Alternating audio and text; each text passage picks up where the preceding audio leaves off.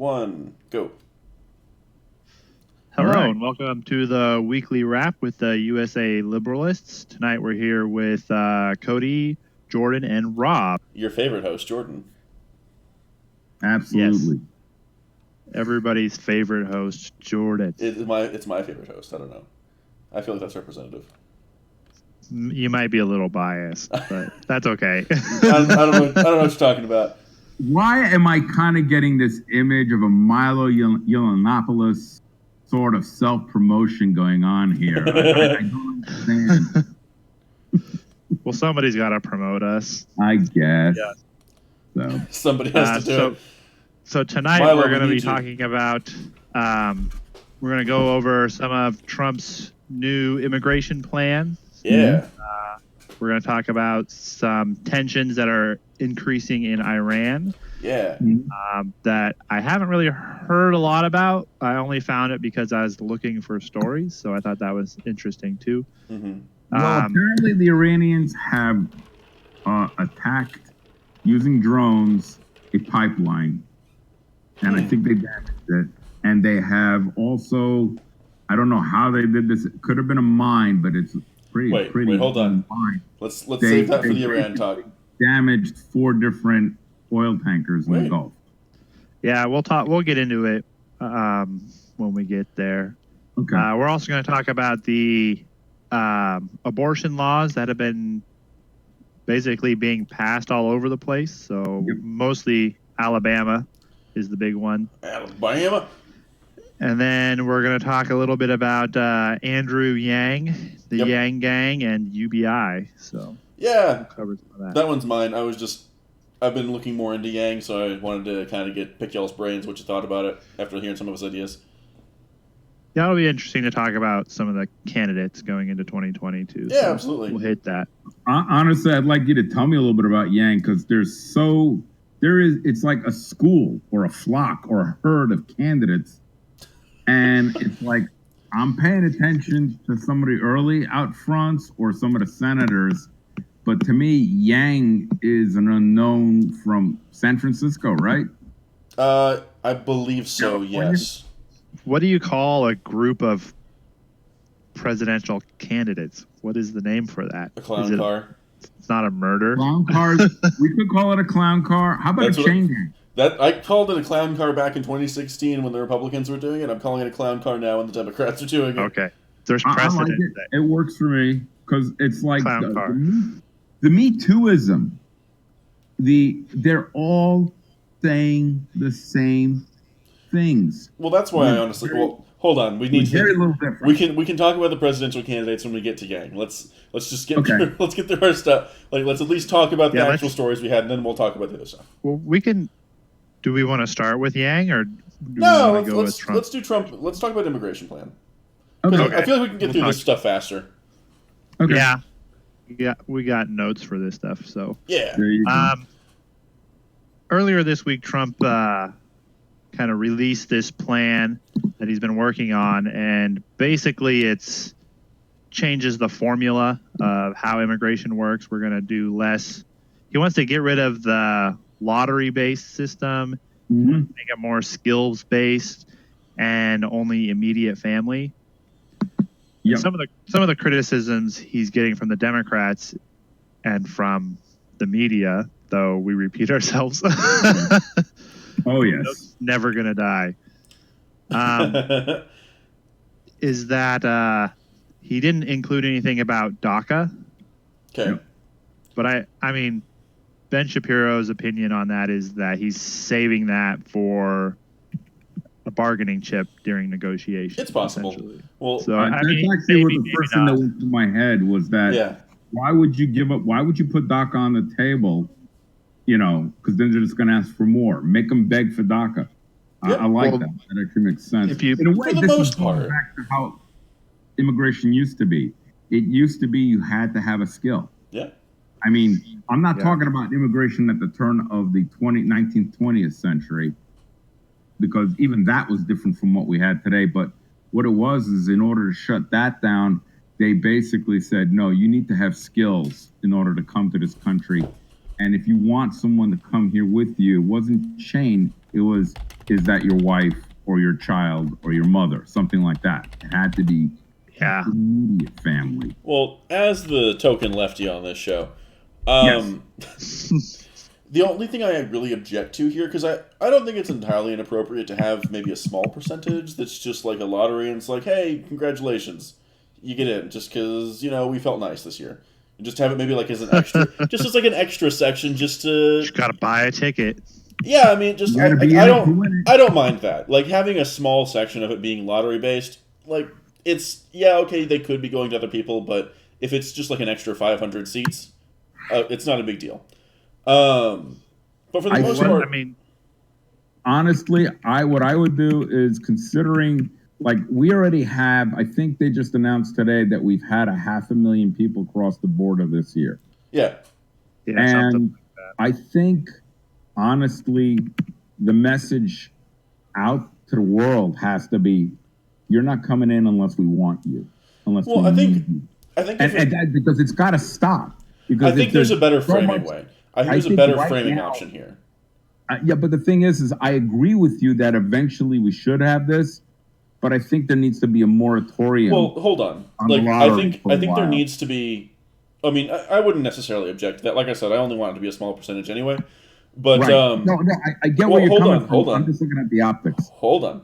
Let's just. Okay. I'm thinking, as far as like changing the optics, so it actually, because the problem the Republicans have right now is that it's very like aggressive and one-sided, where it's like, no, get the fuck out of our country, which I get, but there's a much easier like case to be made on the humanitarian side of this, where it's basically, you can point at the other side and say, look, if you're supporting having all of these millions of people come in here illegally, you're basically supporting slave labor.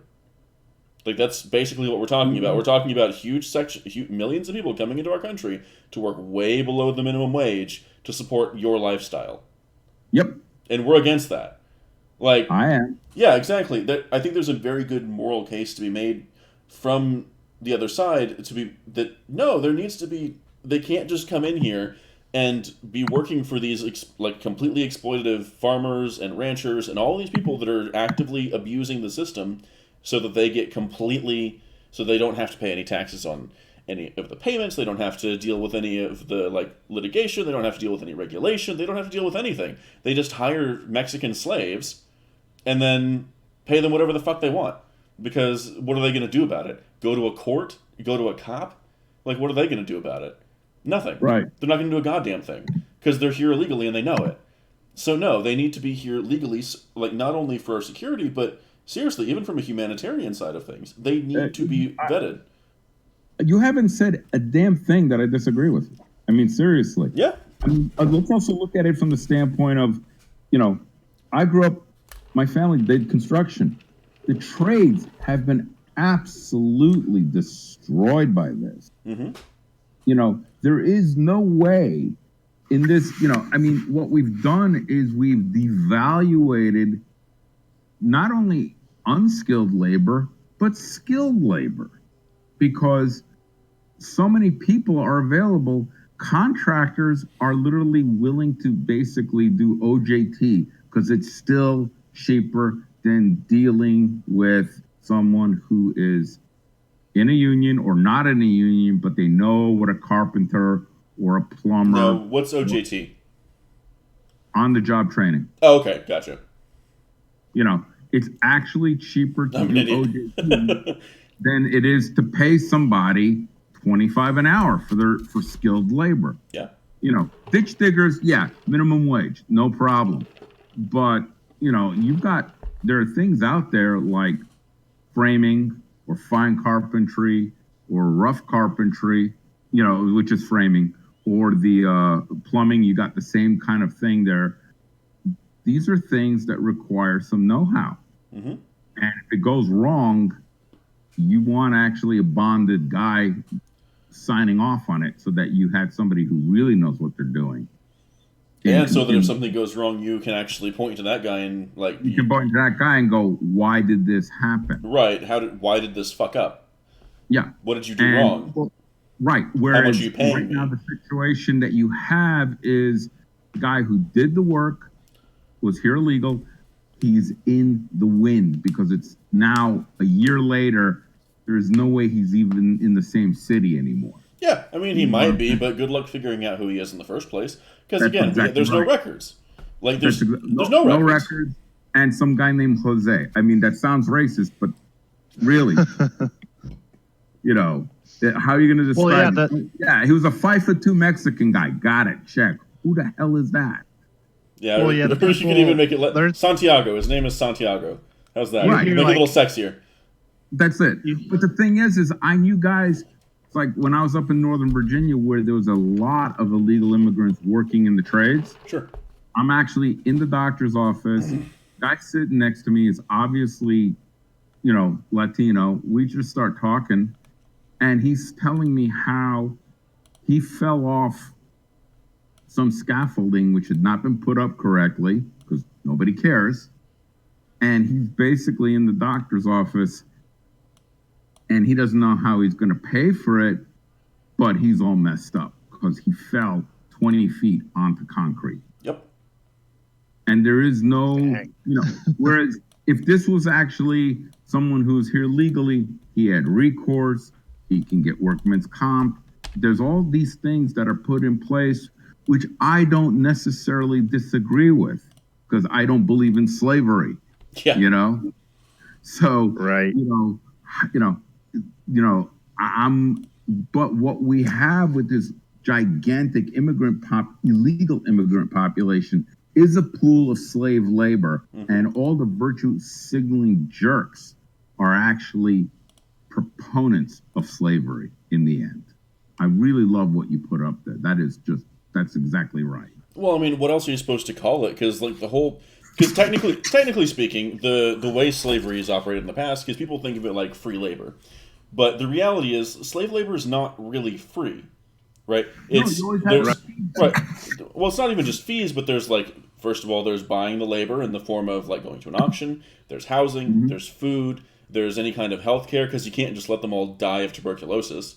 So at some point, yeah, you do got to take care of them at least a little bit. So there's costs associated with that. There's expenses that go along with it. Right. It's not just free labor, and that's what we're looking at here. We're paying the absolute bare minimum that we can convince fucking anybody to take, and putting that on a population that has absolutely no recourse. Like you said, the dude that just fucking gets hurt and, well, you're fucked. Yeah. Have fun. Guess what? Yeah, bye. Don't come back. All right, I'm going to call immigration now. Right. Right. Now you're annoying me. I'm going to call immigration. That's exactly right. Mm-hmm. You know? Yeah, that's a shitty lifestyle to expect anyone to put up with. As opposed to we take some of what's available here and send some of that money into Mexico to help them there. I honestly have been saying this for a long time, and this is where the liberals, the lefty part comes out. Talk to the Mexican government, set up some programs over there, set up some work programs over there so that they can get help in their country where they can actually get help from their government that actually knows who the fuck they are. Not a fan of that. Huh? Honestly, what I think you're missing on that is whether this came out years ago. Most people don't realize just how racist the Mexican government is. To Mexicans? The elites in Mexico are European. They have been flushing the Indians northward. That's who we get. You understand? Okay, yeah. Hold on. Repeat that. Okay. The Mexican elites are basically Hispanic, German, whatever, French, you name it, who came over a while ago. The white Mexicans, okay. The white Mexicans are flushing the Indian Mexicans into the U.S. They are shipping their poverty north of the border. To clarify, are we talking Indian as in Aztec or Indian like India? No, Indian as in Aztec. Native American. Okay.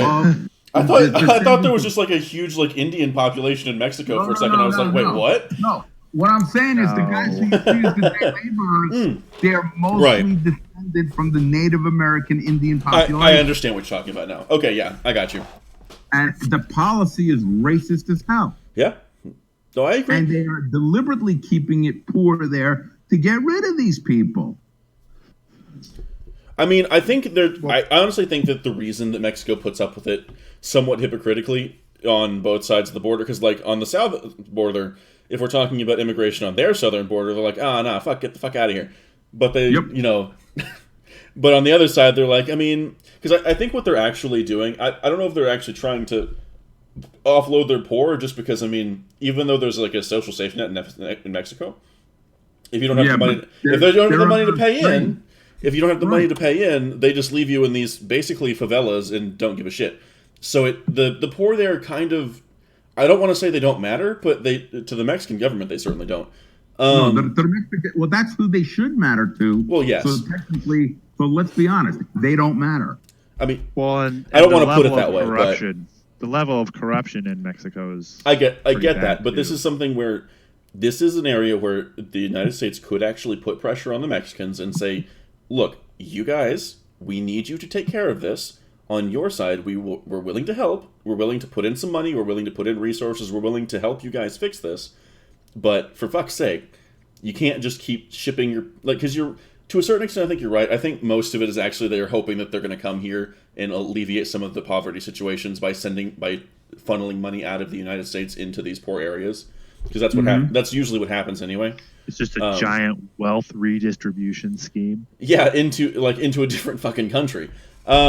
Which I don't mind so much, because the Mexicans are our neighbors and like I'm okay with helping them, but they need to work with us and they need to stop making it our problem without asking and not just try and force it on us.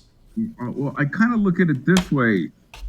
I'm not cool with it, because this is akin to having a neighbor who sends his kids to your house for dinner every night. Okay? I just take kids. After a while, no, I don't care if you're hungry, get the hell out. Eventually, yeah. And I'm at eventually. I'm already there. Fair enough. When I look at the mess this is creating here, and I'm not just talking about, I'm really kind of insulated from it because I work in a STEM field. So it's not like anyone's competing with me from Mexico for the job, because most of the people coming across are unskilled. The people who are getting screwed by this are the people who are high school graduates without college. Well, I think it is worth noting that something that's interesting that if you don't live in a predominantly Hispanic area, this probably isn't something you'll see as much. But I live in San Antonio, and it's like 73% Hispanic here. It is very Hispanic, and I don't mean white Hispanic either. I mean like Hispanic. You mean Latino? Yeah, okay, that's right. Yeah, that's right. I forgot that was the term for it. Regardless, I'm an idiot. I'm an idiot.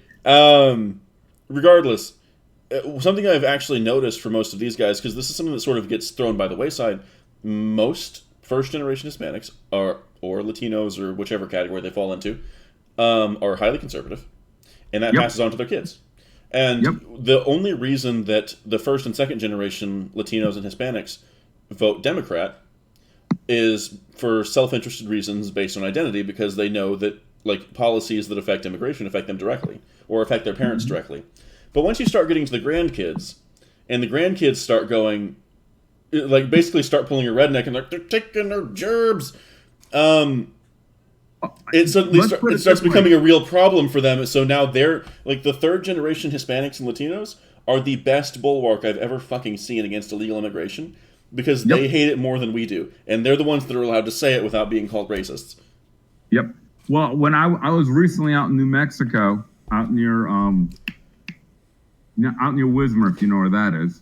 I think so, but I'm not sure. White Sands? Have no idea. I know where that is, but not. What's the name of the? Okay. What's the name of the city that's right on the New Mexico border with Texas, and it's right on the Mexican border too? Big city, western part of Texas. On the border of Mexico. Mexico. I have no idea. I think you mean. El Paso. El Paso. Thank you. Yeah. I cannot believe I couldn't remember that. I was like, wow, I'm tired. I'm so tired. Yeah, sorry, I had my east and west side mixed up for a second. I was like, there's no Mexican border over there. No. We're back to calling you a racist bastard again. Cardinal directions are racist. Fuck's sake. I guarantee you there's like some academic article that I'm supposed to take super serious that makes that claim. You know what? What do you say? I think a funny part of this is if we do find something just like that, an article that is written in some ridiculous SJW I'm looking for it. journal, and we find about the patriarchy in dogs humping or something like that. You know what I'm saying? Mm-hmm. It's something ridiculous. Because it would be awesome. That one was a joke. I know that. That's why I picked it. I found it. Governor Cuomo, in Trump's America, the points on the compass are not north, south, east, or west. They're sexism, racism, bigotry, and intolerance. Like, okay, so it's not quite what I was looking for, but it's pretty close. That sounds about How about right. this? It meets what I call the stupid test. Damn it, dumb. I mean, it is. It is one of the Cuomo brothers, and they're constantly competing for who's stupider. So, I could not agree with you. I think I cannot. I'm trying to figure out, like, as a governor, people their father used to be taken seriously. I'm trying to figure out how many times did he drop both of them on their head, because they are dirt dumb. I've never seen anything like that. So, hey. I mean, to be fair, like, who knows? Maybe I'm missing something, because I used to think the same thing about Lindsey Graham, and nowadays I'm like, okay, he's okay. He's not too bad. I never thought he was dumb. I always thought he was just basically McCain's bitch. Well, he seems to have found his spine recently, so that's nice. Yeah, no, he found the spine, and I was like, whoa, what happened? Right? So, I enjoyed watching him tear into people at the Kavanaugh hearing. And I was like, yeah, that's right. You're basically destroying a human being. About time. Yeah. Yeah. I was like, okay. So, So the immigration plan that Trump has is seeking to address 6 key issues. Oh yeah, we were talking about that. Yeah, we were. We'll get us back on the topic. Who needs topics? Thank you. Hey, Nico's here, guys. Hey. He'll join us in a little bit. Hey guys, I'm here. Just so you guys know, I'm gonna be muting myself when I'm not talking, just because my headphones disappeared and there's a lot of background noise. Okay, that is fine. I'm totally okay with not listening to your background noise. So the issues that Trump is trying to address with his new policy is, one, he wants to secure the border, so he wants funding for the border wall, probably. Okay. We all knew that was protecting coming. American wages. Okay. So he wants to stem the flow of low-wage labor. Okay. Attracting and retaining the best and brightest immigrants. So that's the skills-based thing. Prioritizing nuclear families. So he's going to limit it to family members who can come into the country. whole damn village. Yeah, good idea. Yeah, he's going to limit it to children and spouses.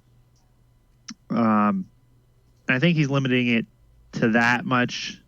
Maybe he can have some wiggle room to, like, say, grandparents or grandchildren or something. But for now, it's just children and spouses. And he also wants to import labor for critical industries. I think in his Rose Garden speech, he talked about tech.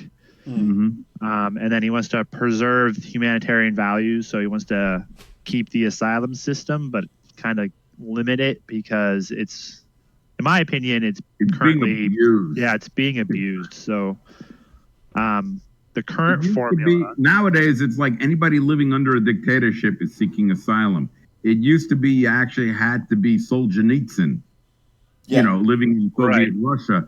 You had to be somebody who's actually individually targeted by the particular dictatorship that they lived under. Just because you happen to live under a dictatorship did not qualify you for asylum. Yeah. Typically. Well, I mean, living in a village where the dictator doesn't care about, probably not quite the same as being actively being Yes. sent to gulags, you know? Yes. Yes. Well, yeah, the asylum system is being abused, and like for Mexico, I know the cartels are pretty bad. I worked with a guy who lived in Mexico, but he said basically, if you don't live in the cities, you're pretty much okay as long as you kind of keep your head down. But if you cross the cartels at all, then you're pretty dead. screwed. Yeah. Right. I'm trying to figure out, how do we put that cat back in the bag without actually going in there and just liquidating the entire cartel? I mean, that's the only solution that I can see that works, because it's not like what we did with the mob here. There is no society surrounding it, and, you know, jail means something, and you basically break their back that way eventually. I mean, Now- the only way you can really attack the cartels without without fucking invading Mexico. That's what I'm talking about. Yeah. Yeah, don't invade Mexico. Yeah, no, I Annex don't Mexico. want to. I don't want to. I'm not advocating that. I'm just All trying right. to figure out, how do you Alright. do it without invading it? But it's like invading it is even worse. So it's like, Why are we ruling out the invading Mexico thing so early? I'm just saying, I think it's an option we should keep open. All right, All fucking options on the new table. HuffPo All article. Fucking Nico supports invading Mexico right now. News at Yeah. 11. Do. I'm just saying, if they want democracy so bad, then we should bring it over there as opposed to making them come here. Wait, how are we supposed to give them democracy? They don't even have oil. What am I supposed right. to? What am I supposed to liberate? Fucking dunes? Or maybe there's like iron or something. Fuck that. Nice beaches. tequila. Dude, That's a I joke. want tequila. That's a fucking joke for anyone listening. Because we didn't We- know. No, I mean, I just think- I can No. already hear some fucking idiot being like, "Did he actually suggest we should attack people for oil?" No. I think we could make our You know cars what's run on really sad? tequila. You're dead right to have to say that. Huh? You're dead right needing to say it. Yeah, I know. That's The the world sa- is that stupid now. that's the fucking sad part, isn't it? Yep. But I think the No, only but hold on. I think we can make our cars run on tequila if we have to. So, like, that's not an issue. okay, but for serious second, Well, I know I can run on tequila. So fuck's sake, look, cut the cartels off at the knees. I cannot run on Cut tequila. the I'd fucking- fall over. Cut the fucking cartels off at the knees. They're running on drug money. I've been saying this for a long time. Fucking legalize the drugs. Legalize the drugs. Legalize the goddamn drugs. Regulate them. Legalize them. Tax them. Do whatever you want to do. Yeah, they're But still we- going to have the human trafficking element. They What are you might. gonna Okay, do? the human trafficking. I mean, Guess what? Build a wall. dude, you would need more than a wall to stop them from Build human a wall. trafficking, because we both know they just dig tunnels. Like the wall is going to be much more effective against average Dude, immigrants. This is. I think you just basically threw out what I call a straw man on the wall. Here's why: the wall is not 100% effective, Right. but if it's 90% effective, we've already cut the revenue by 90%. Well, no. What I'm saying is, like, when it comes to the wall, the people that's going to be most effective against is going to be your average immigrant that doesn't have any tools. They don't have anything to really get around or go around or whatever. They just sort of showed up and they look at this wall and they're like, "Oh well, fuck." But I You know? don't think anybody's getting across that border anymore at this point free. Nobody's just wandering across the border. Yeah, You try to there's some wander people. across the border on your own, the cartels will kill your ass. Wait, Rob, That's I've just got a dumb question money. about the math here. Are you suggesting that only 10% of Mexican cartels can afford shovels? Oh, as far as what? No, I'm just saying. It's you're okay, gonna but oh, 100% of them can afford shovels, but they're not going to be able to get people across the border as fast. okay. The thing That's all. the thing I'm saying is, typically speaking, if you're talking about like an organized crime, like syndicate, what they're not going to do is just openly walk the women and children and men that they're capturing just openly on the border. They're going to have like proper avenues. They're going to have like actual ways that they get them through. And a lot of times it's going to be tunnels. Like historically speaking, that's how the cartels have gotten through. They've used specifically tunnels because they're effective and they're really good at digging them. As we saw with El fucking Chapo, that they like dug a tunnel out of his prison cell over a mile away and just like walked his ass out of prison. It was fucking incredible. But yeah, no, these guys are really good at that. So it kind of becomes, if we're actually trying to stop human trafficking, it's going to have to be more than the wall. Like, we're going to have to be fucking, like, caving in these, like, tunnels, flooding them, doing something. Actively. No, I agree with that. It's not going to be build a wall and go home. And have dinner. Right. No one's recommending that. All I'm saying is you make it difficult. And walls have historically been a really good way of making it difficult and requiring less manpower to guard a section of border. And that's always going to be the case.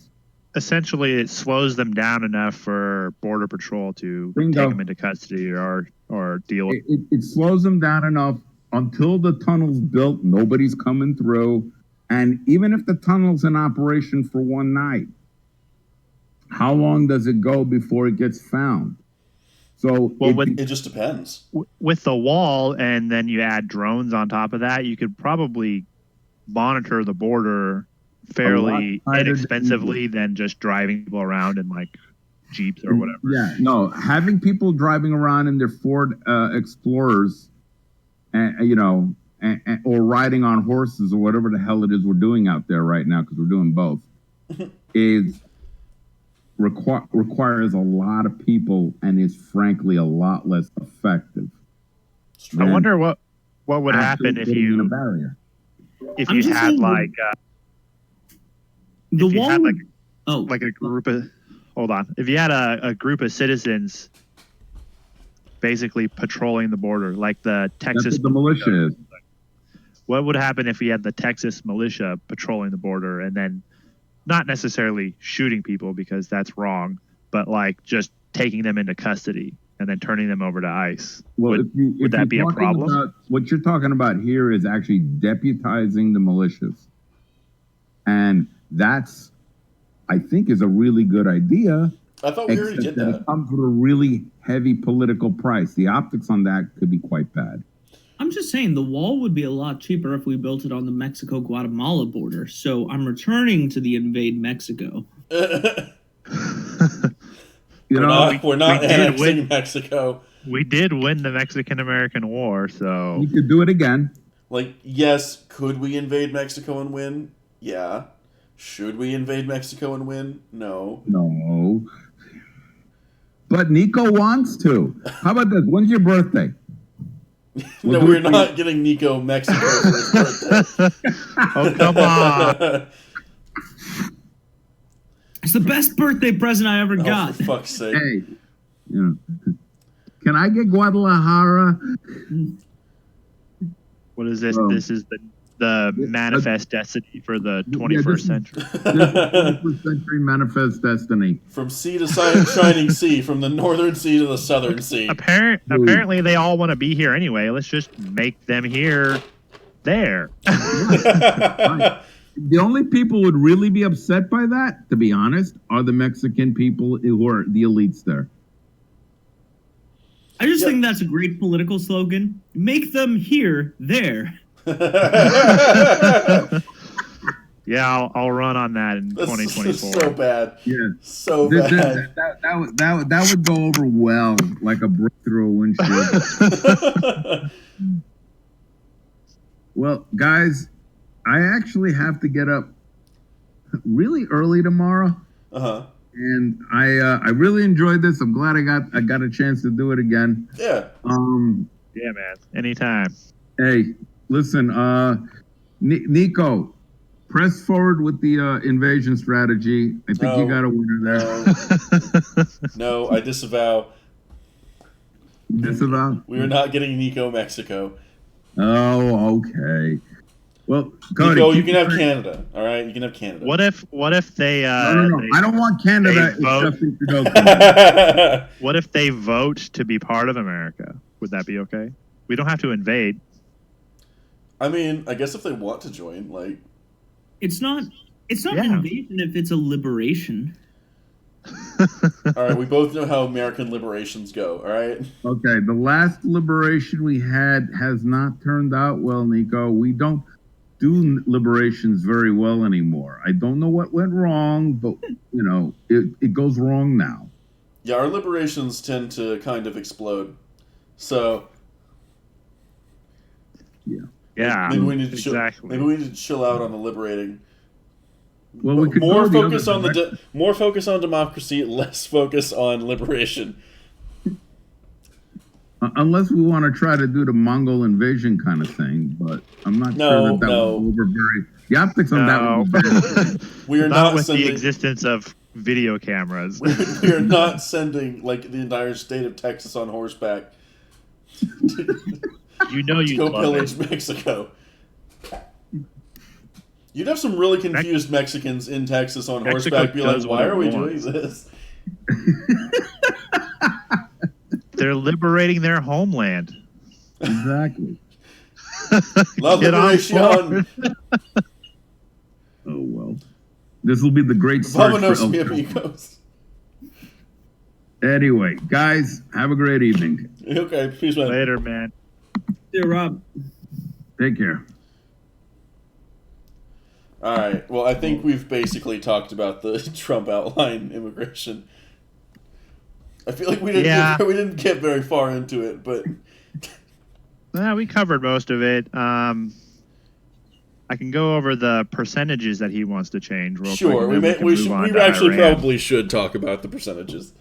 Okay, so the current formula is 12% skills based, 66% ties to family, and 22% humanitarian/asylum seekers. That doesn't sound unreasonable. But what Trump wants to change it to is 57% skills based, Oh. 33% family, Oh, I thought the And first one was what they were bitching about. I was like, what's the problem? 10% humanitarian. I mean, I don't have a huge problem. I wish it was a little bit less skills based because I mean they obviously need to bring their family, so maybe a little bit more on the family. Well, but I mean, there's probably overlap there. probably. And then, like, he wants to essentially set up like a point system. So, like, you determine what skills they have, like degrees and stuff, and then also language proficiency. So, if they can already speak English, they're more likely to be allowed entry. That makes sense. I mean, it doesn't set because I mean everybody's like outlining this as though it's some kind of racist plan. I'm just like, Canada's been doing this for like decades, right? Right. Like, I don't see Canada like ferrying these caravans around America to get into Canada. Yeah, seriously, can we like provide a bus that like we're not going to ship them to Canada. We're just going to give them the option. If you'd like to go to Canada instead, get on this bus. Just keep moving north. Instead of a wall, a highway. Be like, like look, a as long as you're on this highway, we're going to call it Mexican territory. So if you guys want to go all the way to Canada, go for it. There's going to be sidewalks. There's going to be stores. It's going to be dope. Be hotels. I'm gonna live there. You're going to live on the Mexican highway. Nearby, man. I'm sure like the food they'd have would be awesome. It probably would be good food, to be fair. Yeah, Provide the entire Midwest with a tourist industry. Right? We used to have Route 66 going east-west. Now we got one going north-south. There you go. Just fucking splits the country in half. 20 feet up where the road is, that is now Mexican independent territory. Yes, exactly. Until Well, no, we just reserve make the right to it. turn it We down. just make it international territory. So if they're from Guatemala, they can go through too. They can go wherever the fuck they want. Be like, I mean, the Canadians were always calling us racist for not taking all these people, so we thought maybe the Canadians wanted some. Have fun. Right. All right. So let's talk about the increased tensions that are happening in Iran. So Okay. I don't know if you guys saw this. I don't think it got a ton of play in like the mainstream media that It did everyone not. sees. It seemed like Rob knew a little more than I did about it, but he's gone. So, Yeah, he but escaped. basically, U.S. military forces have been put on high alert in Iraq, and all the non-emergency employees, the State Department has ordered them all to leave. So there were escalating tensions. Now, there's some people who say that this is basically Trump posturing.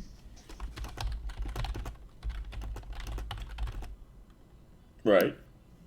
And then, but if you talk about, who is it? I'm trying to find who it is. The British Major General Christopher, I can't pronounce his last name. It's not a regularly British last name. But anyway, he said he is a senior officer in the U.S.-backed coalition fighting ISIS, and he said there's, I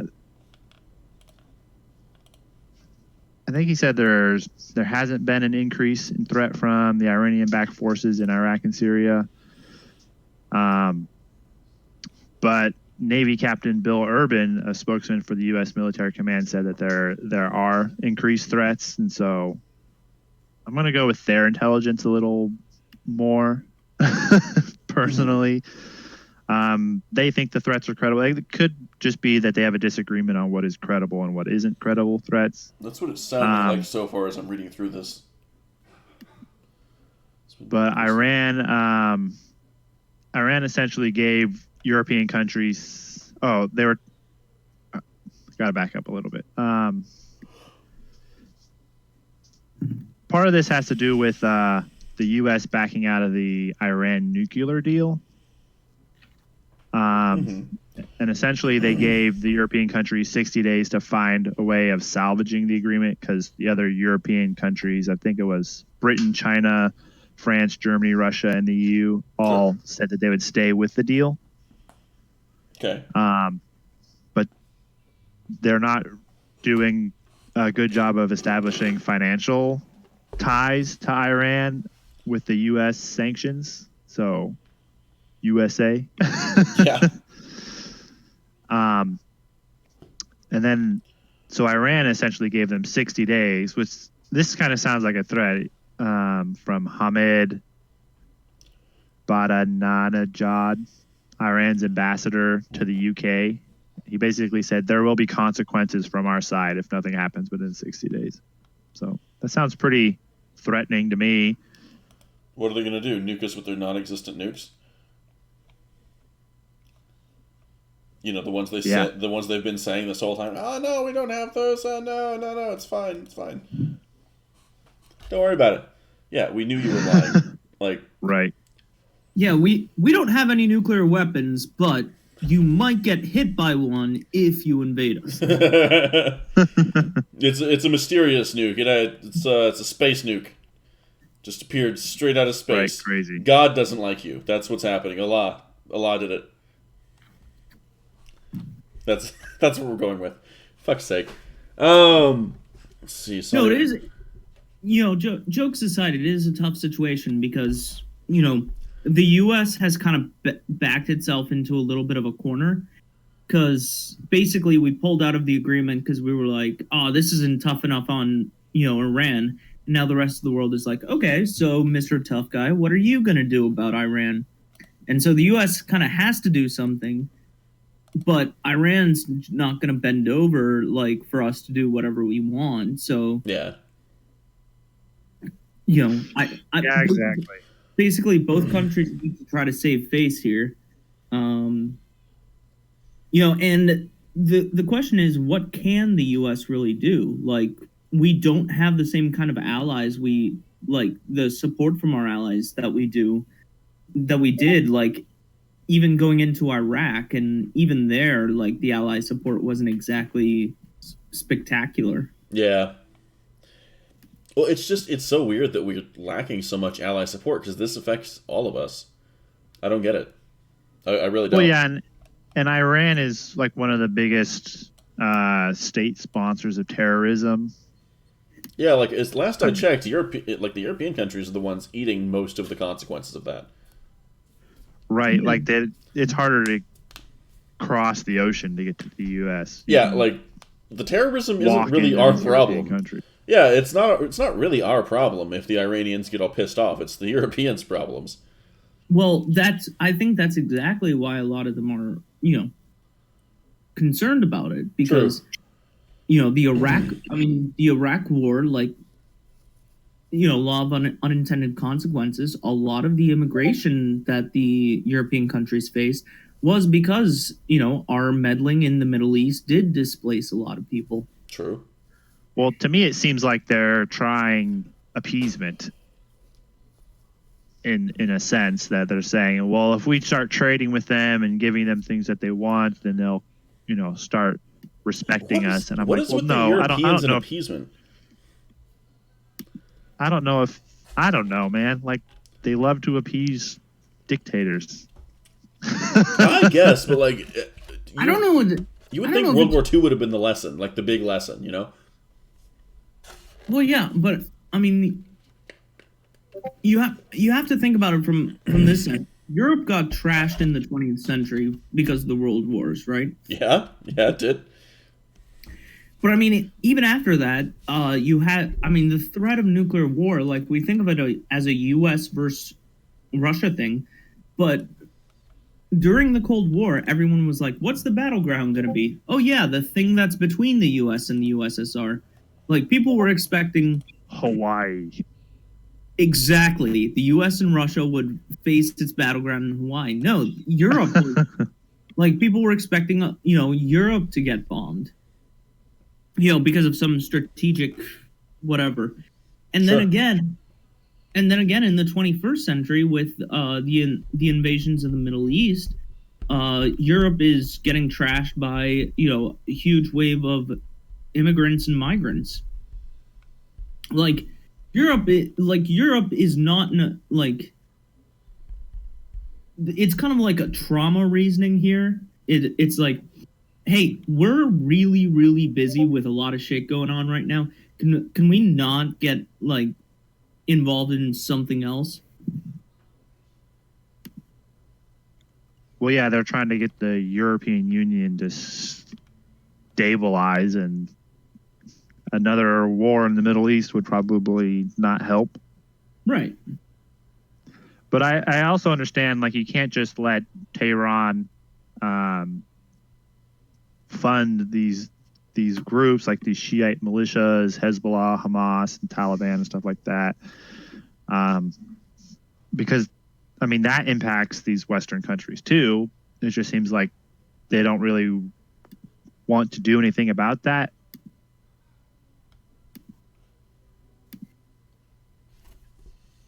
When it comes to Iran, I hope that at some point we can, like, actually de-escalate a little bit, because this whole thing is getting ridiculous. Well, yeah, I don't know how that's gonna.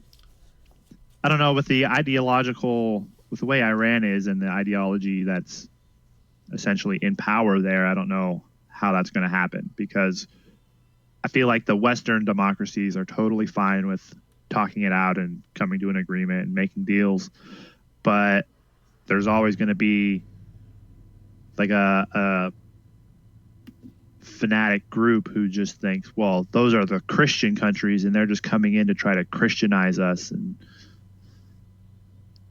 yeah, I just don't see it really working out until they can kind of address that sort of issue. And I don't think the Western democracies can address that issue from where we are. We definitely can't address it through bombing people. I think that has to come from the people of Iran, but I don't know if that's what they want.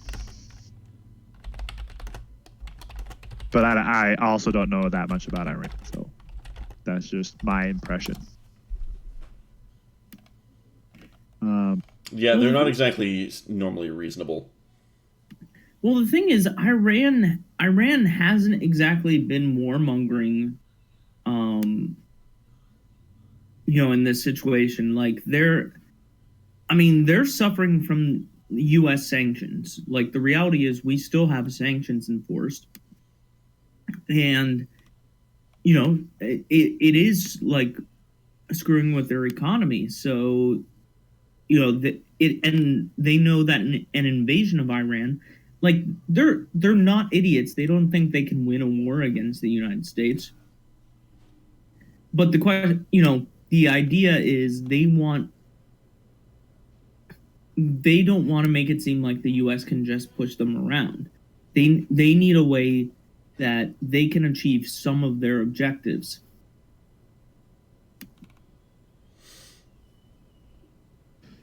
Yeah, I get that, but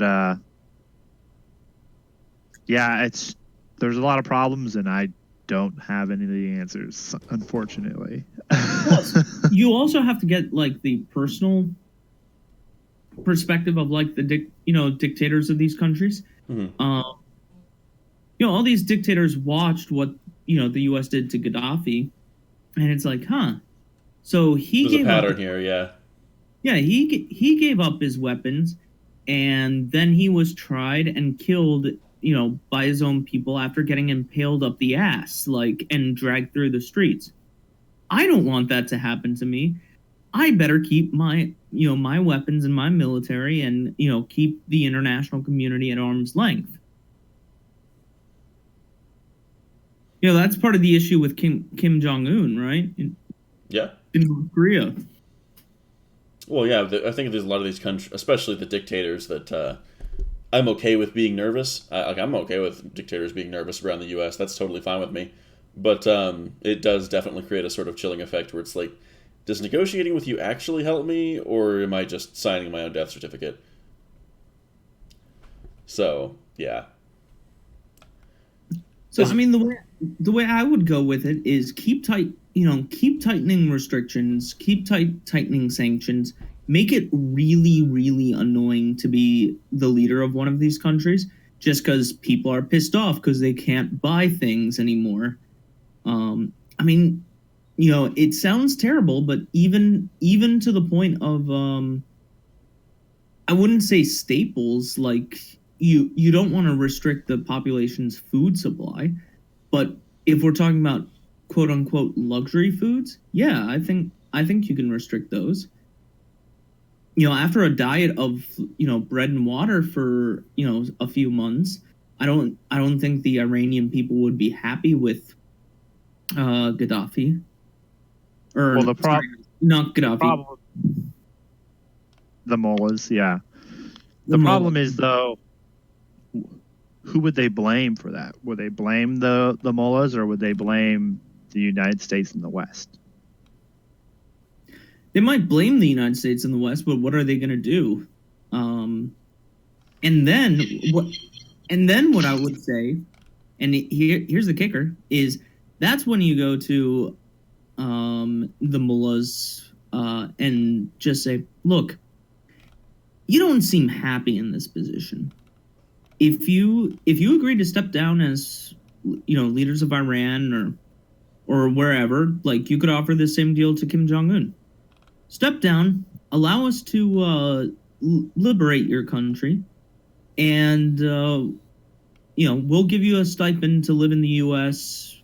You can live, maybe not millionaire, but you'll live a comfortable life in the U.S. Yeah, you'll be kept on kind of a tight watch, but we'll let you live pretty. We'll give you a long leash. Yeah, I don't know about that, man.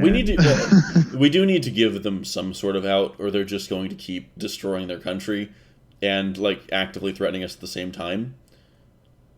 They need to have some sort of out where they can say, all right, look, maybe I'm not dictator anymore, but at least I'm not dead. So yeah, right. Yeah, they need that, but I just don't like the idea of us saying, okay, put the guy we like in charge. No, I'm not saying in place anyone. I'm just saying, like, look, if you're a dictator that's actively antagonizing the U.S., yeah, we need to respond, because we can't just let these dictators do that. It creates a bad precedent. But we need to give them some sort of way out. Like, Not the fucking Libya model where you fucking just kill them. But some sort of like... Not the Hillary Clinton model. Yeah, whatever fucking Hillary Clinton thinks about goddamn foreign affairs, do the exact opposite, please. Like, for example, Kim Jong-un. Come on. Does this guy really want to be the leader of North Korea? Or if you told him, look, if you leave North Korea and come to the U.S., you can party it up in Hollywood. You can hang out with your buddy Dennis Rodman as much as you want. Yeah. No, I think he likes being in the position of authority. Essentially, I mean, from what I can tell, it just seems like he's basically like a god over there. Like they worship him, or they have to worship him. Yeah, pretty much. Well, I was waiting for the rest of that thought, but yeah, I mean, what do you really expect? He's been telling them that he fucking speaks to dolphins and never pees. Like, he's not even human to the North Korean people that actually drink the Kool-Aid. So he's a divine being. Right. So like Buddha. I don't know what. I don't think like, oh, come hang out in Hollywood and party it up. It's like, well, here I'm God, there I'm just a party boy. No, thank you. I'll stay God Emperor. Yeah, I'm a God Emperor who fears for my life every day. Like, I don't know. Maybe It's part of being in power, man. I'm sure brighter minds than me have come up with the idea of giving them access to celebrities, but yeah, I mean, I'm sure they've tried lots of different things, but you got to be careful because you don't want to appear to just be belligerent on the world stage, and then you also don't want to piss these people off because, like, while they probably couldn't defeat us in a war, like a direct war, like guerrilla army. I mean, look at the U.S. versus England in the Revolutionary War. We had a lot of guerrilla armies, and we were able to hold them off. And then the same thing happened to us in Afghanistan and Vietnam. Vietnam. Like it's not as simple as just steamrolling people. I mean, I guess we could. We technically have the military machine to steamroll pretty much whoever the fuck we want, except for Russia. Basically, it's basically just the Russians. Yeah. And the Chinese, sort of, depending on what kind of tactics they use. Now they do have the new hypersonic missiles, which are a problem, but I don't think we would be total. I don't think they would win a war with us just on the back of hypersonic missiles. Well, it would need a little more than that, but. Yeah. I mean, we could steamroll Russia and China. The only problem is they do have those nuclear weapons. Yeah. So it's one of those things that it's like we could steamroll them, but we might also lose New York, and that's the planet a calculation. Yeah, we might lose the planet. So yeah. Lose New York, you say?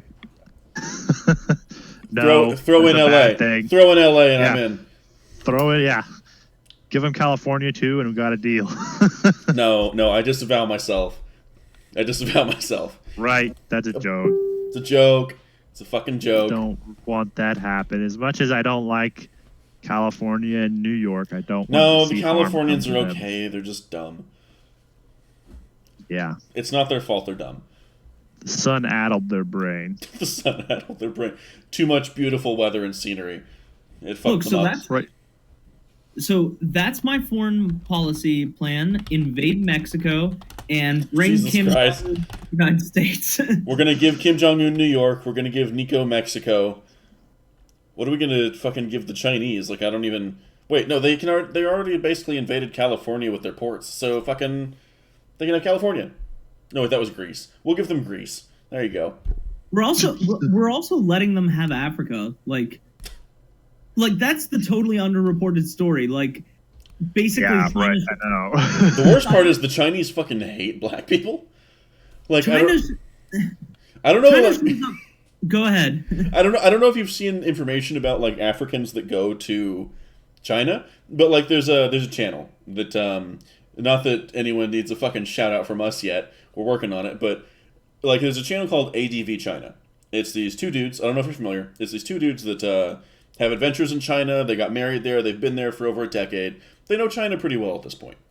And one of them is a white man that's also South African. Like, he was born in South Africa. And because he has on his information listed as he's African, he's had to deal with a whole bunch of extra shit from the Chinese authorities, who obviously they're going into it thinking he's black, right? When they're like initially setting up any investigations of him, they think he's black. They meet him and he's like, "Oh, you're a white guy. Oh, okay." Like, there's a serious problem with the black population in China. They get treated like absolute garbage. The government is explicitly racist against the black population, and they know it. Them and Muslims. Them too. Like, there's lots of groups in China that the Chinese don't like. Sounds like the alt-right would love China. They do love China. That's the fun. They actually do.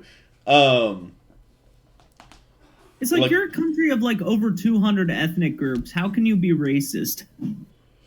Because they're all like... There's a way. I mean, it's the same way. Like, I think it's sort of the same sort of mentality in a weird way. So don't jump on me for this, but like in a weird way, it's similar to the mentality white people have, where there's no like I look at a white person and I'm not thinking offended. No, I look at a white person and I'm not thinking, oh, they're German or they're Austrian or they're British. They're just like, oh, it's a white guy, right? I don't really I can tell the difference. U.S. phenomenon. Well, I think in Europe, in many cases, it's pretty similar. Although I could be wrong. Yeah, it's there's more in Europe. Is it? Okay. Well, here, like the white population, basically, we look at each other and it's like, oh, a white guy, you know. In China, I think it's very similar, where they look at each other and it's like, oh, you're Chinese. Maybe they can break it down by ethnicity, but they all seem to have a central identity of we're Chinese, and that's good enough for us to respect each other. Whereas if you fall out of that, like the white people, they just sort of tolerate it. Like, everybody seems to have this idea that the Chinese like white people. No, they like white people in the way that we like our dogs.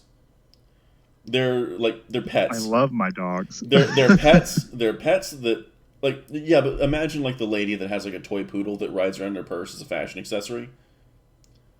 Like, that's the way that the Chinese view white people. We're nice to look at.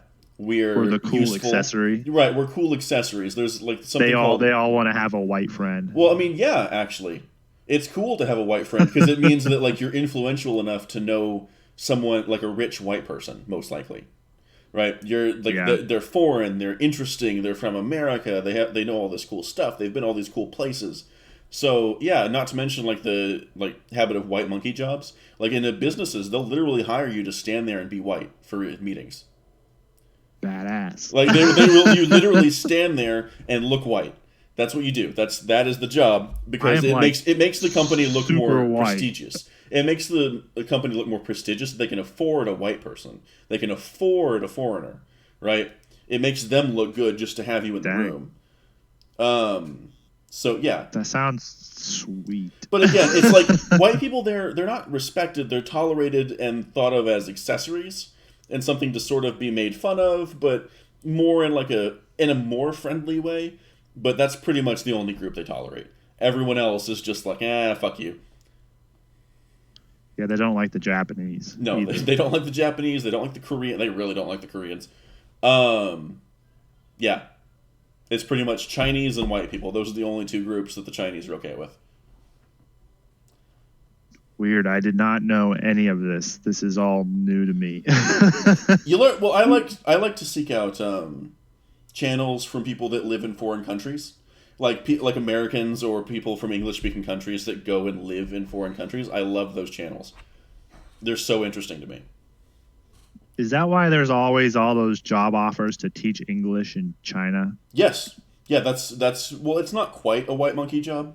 That's what they're called, by the way, white monkey jobs. In case you thought Racist. in case you thought it wasn't any more degrading. Yeah, that's part of the reason. That they'll have all those, because they bring someone over there, and what they really want from you in that particular case, because that's usually a government job, they want a native speaker to teach the kids, because they think, even if you're not the best teacher in the world, I mean, being a native speaker gives you an edge on most Chinese teachers of English, right? Right. So Yeah. yeah, I had a native Spanish speaker as my Spanish teacher in high school. yeah, it's a better that teaching helped out a lot. experience. Yeah, it's a better teaching experience. So yeah, that's pretty much the logic there. But most quote unquote English teachers, when they get there, they'll pick up white monkey jobs on the side because they're easy, they pay well, and you don't have to do anything. You just That would get show real up. boring though, real fast. Well, unless you yeah. know, play video games or something. You're literally an ornament. So it's very degrading, but it does pay. So yeah. That's crazy. It's interesting though, but it's crazy. Yeah, no, it's crazy. It's kind of interesting because I love watching foreign stuff just because it's so interesting looking at these different cultures that have nothing to do with me. Well, yeah, and then you hear these like SJW types running around screaming about how awful it is here in the United States, but actually they probably would be for the like white monkey jobs. Now that I think about it. It's kind of funny though because the Chinese it's diversity. The Chinese actually think our SJWs are fucking stupid. They call them the white left. That's literally what they call them, the white left. Oh man. It's so white is a slur. It's accurate though because the Chinese have pretty much pegged it right on. Like it literally. Yeah, is I did hear that. It's the white left. It really is. There's nothing else to call it. It's like white progressives and the occasional token black person that they shove to the front because they have to prove that they're diverse somehow because they can't do it with their numbers. They can't do it with super oppressed. Yeah, super oppressed Harvard black guy who got into Harvard. So oppressed. Yeah, pretty much every like progressive person of color you see put out front is they're a token. They really are. Just because like there are so many people in the progressive movement, the overwhelming majority of them are white. If this were actually just based on merit and like percentile chance of each person deserving to be at the front of the line to talk about these issues, it would probably be a white person just because the percentages are so high. So white. But it's not. They put out the nearest black person they can find because they need to, like, it's basically, here's our black friend, here's the fucking black news anchor to tell you what we think about race, you know? The Joe Biden campaign. I have a black friend. It kind of is, yeah. And they accuse everyone else of using that excuse, and it's like, no, guys, no, you all need to find a fucking mirror. Seriously. But anyway, this has nothing to do with Iran. We are so far off. Yeah, talking about things that piss off the white left. Alabama recently passed an abortion Oh god, law. you should see my fucking Facebook feed. Holy shit. I know. Facebook is all about this now. It's like you either have people virtue signaling about how it's my body, my choice, and that this is just men doing this, which is the most asinine argument on the planet. And then you have people who are like, right on. Yeah, it's amazing. It's rare that you see like our culture like decide this is the one issue that we're all going to talk about. Yeah. Yeah, for some reason, like the Georgia bill had people talking, but it was like, all right, well, it does have some concessions, like at least abortion's not banned there. Like it was skirting the line, but it wasn't pissing off everyone. This one is just like, and the Alabama bill, it's not even going to go into effect, most likely. 9 times out of 10, looking at the scenario, the Alabama bill, as it's written, probably will never actually go into effect. Well, that's not the goal of it. It's exactly. Well, that's why I'm looking at the challenge. Exactly. That's what I'm trying to tell people in my like Facebook feed. It's like, look, guys, this is not a bill that's intended to actually do anything. It's intended to go to the Supreme Court. That's what this bill is for. Which will pretty much very likely do nothing. Yeah. Well, I'm pretty much. I don't know. I don't know if I've lost any friends yet. I don't make like. I have some friends who make those kind of posts that are like slightly vague, but they're just like them bitching. I had one person literally put on their Facebook feeds like, if you like have an opinion about abortion that isn't supportive, just unfriend me now. And I'm like, all right. Yeah, I saw that a couple times too. Okay. Or like, my go. Body, my choice. I'll talk to them. Or stop trying to control my body. Yeah, like I'll talk to these people, but like, If you're straight up gonna say just unfriend me if you don't agree with me specifically, all right. I have enough friends apparently. Yeah, like I don't give a shit. I So barely some of the like I didn't talk to you anyway. right, like you just post this weird progressive stuff online all the time. Anyway, Yeah. so some of the particulars of the bill, or at least the one that I thought was, and the one that I think keeps getting brought up, is that misrepresented, is that performing abortions would be a Class A felony, which could carry a sentence of life or 10 to 99 years in prison. And a lot of people on the progressive left side of things try to say they're putting women in jail for having abortions. That's not true. They're putting the doctors in jail for performing abortions. Yeah. Well, apparently there's a new Texas bill that might actually go after the women, which would be unfortunate. Yeah, I really saw don't. something I don't think that's about that, but I didn't read it. like. I don't think that's the right way to go about it. I don't either. Because I don't know. I get it. Like logically speaking, if you're making the pro-life argument, because Nico, you're like the expert on this sort of thing. So tell me if I've got the pro-life argument accurate. The idea is murdering an innocent is wrong. I'll be right back, guys. The murdering an innocent is wrong.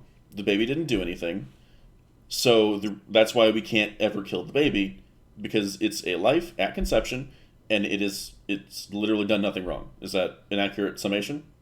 Yeah, basically. Okay. So this is actually one reason why I thought the Alabama bill actually made more ideological sense than the Georgia bill, because I'm like looking at this logically. If that's the argument you're making, a baby born from rape or incest also didn't do anything wrong. So even though I disagree with the concessions not being there, I understand why they're not there, because it does make more logical sense from the point of that argument. Yeah, that's why I'm pretty supportive of the Alabama bill. Okay. That's what I'm looking at the bills in the past, and I'm like, so why was there ever the rape and... Because, don't get me wrong, I'm like begrudgingly pro-choice. Mm-hmm. Just it's more from I'll be honest, it's not really a moral stance, it's more of a pragmatic stance. As far as like actually trying to address the problem in a hopefully effective way. But looking at it, sure, go ahead. Yeah, the reason a lot of the concessions are put in there is that in the pro-life community, there often is a divide between people who say, look, if the goal is to stop as many abortions as possible, and we can do that by passing bills that have exceptions that, yeah, we don't like, we think those exceptions are wrong, but we can still stop 95% of abortions by putting those exceptions there and getting these bills passed. Why don't we do that as opposed to trying to fight for, kind of the golden apple, a bill that would totally criminalize abortion that would be much harder to get passed. See, now again, I disagree with I disagree with like not the precepts of the pro-life, because mostly I actually agree, but again, begrudgingly pro-choice. But I'm looking at this and saying, okay, but you're basically making the pro-choice argument if you make these concessions. You're saying the baby has value unless the father is a shitbag. Yeah, that's why, as sympathetic as I am to kind of the pragmatic arguments there, that's why I don't think. Well, yeah, because I don't think morally we should make those concessions. Well, because it creates it creates a section of the argument that says, okay, so the baby is the most important thing, unless there's something particularly wrong with the parents. Right. It's like, so wait, is the focus on the baby or the parents? Because if it's on the baby, at least you're being consistent. If it's on the parents, well, then why the fuck are you pro-life in the first place? I don't know. It seems like it's trying to, pardon the pun, split the baby, and does a pretty bad job of it. Well, I think it's trying to get as broad a coalition behind the bill as possible. Yeah, because even Tommy Lauren, who is normally like super conservative, like I thought it was a fake tweet at first until I saw it actually in print Yeah. on Twitter that she came out against the Alabama bill, and I was like, Tommy, I don't understand your standard. She is like, she's more, or she says she's more libertarian, but she's 100% pro-choice. Okay. She got in a lot of trouble like a year ago about that stance. Okay. So she at least actually is pro-choice. Now, Yeah, hold on. One thing I do want to, before we get into the nitty gritty here, one thing Sure. I do want to go back is on the question of whether you prosecute the doctors or the women or both. Yeah, obviously the strong argument is for prosecuting the doctors for not just pragmatic reasons, that it's kind of a bad look politically if you're going after typically poor women. But it also makes more sense. They're the ones who are actually committing the act. However, there is a reason that you might want to put in the bill some kind of permission for arresting the poor women, and that's to begin a process, one, to help them, and two, it could actually help find abortionists, sometimes even criminal abortionists, like the Gosnell case. In a sense, you could think of it kind of like prostitution is like, yeah, prostitution is illegal. You can get criminally charged if you are a prostitute.